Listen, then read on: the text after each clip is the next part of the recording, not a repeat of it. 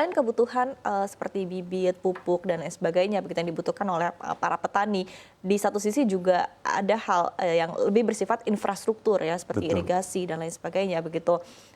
Nah, langkah-langkah yang dilakukan untuk pengembangan ini seperti apa dan akan dipegang oleh siapa begitu untuk tadi mungkin dari sisi pengembangan infrastruktur, pengembangan lain sebagainya, bagaimana? Kalau untuk infrastruktur, saya rasa sekarang saya melihat bahwa Menteri PU kita sekarang sangat respons dan sangat cepat ketika ada laporan bahwa di daerah-daerah tertentu mereka susah untuk mengangkut atau membawa keluar hasil panennya.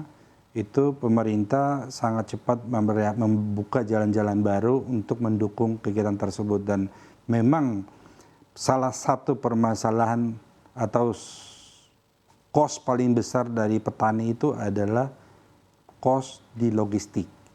Dan itu kami sudah datang ke beberapa tempat, kami lihat khususnya kayak petani singkong di Lampung, yaitu cost logistik mereka itu antara 9 sampai 12 juta agar barangnya itu bisa sampai ke pabrik. Jadi biasanya untuk singkong itu mereka dikenakan biaya Rp100 per kilo. Dan di padi pun sama, hampir kurang lebih. Di jagung pun sama.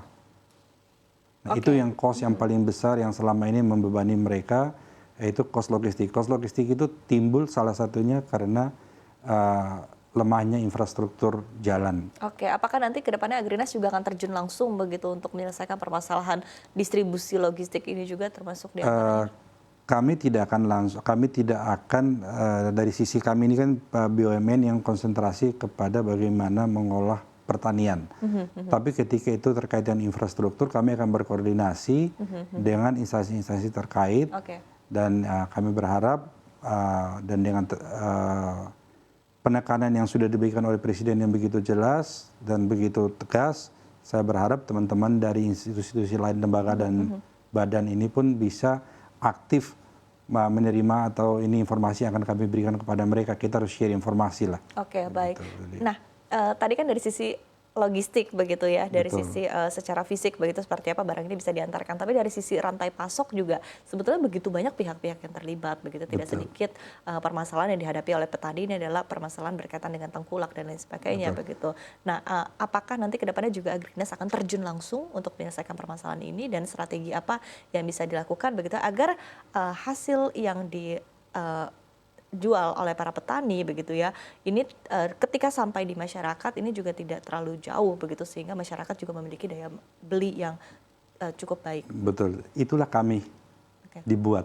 Kami dibuat untuk itu karena dengan kehadiran Agrinas kita akan memotong mata rantai itu yang tadinya sekitar 8 sekarang tinggal menjadi 3. Karena nanti hanya ada koperasi, petani, Agrinas. Tetapi kita tidak akan mematikan pasar yang lain juga, sehingga ketika kita mendampingi petani, kita membuat kontrak untuk mengambil 50% produk mereka, kemudian 50% kita serahkan kepada mereka. Kalau mereka mau jual ke market silakan dijual, tapi ketika mau dijual ke kami pun kami akan menerima gitu. 8 sebelumnya apa saja Pak?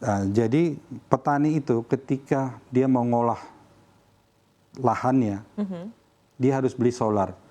Traktor itu tidak punya plat nomor, sehingga dia tidak bisa menggunakan QR untuk beli solar subsidi, sehingga dia harus beli kepada pengepul. Di situ dia sudah kena sekitar 3.800 per liter gitu. Kemudian ketika dia beli bibit, karena dia tidak punya uang, biasanya dia mengambil uang ke tengkulak. Kemudian dia mau nanam. Ini mafia di pertanian ini sangat akut. Sampai buruh tanam itu pun ada yang mengkoordinir.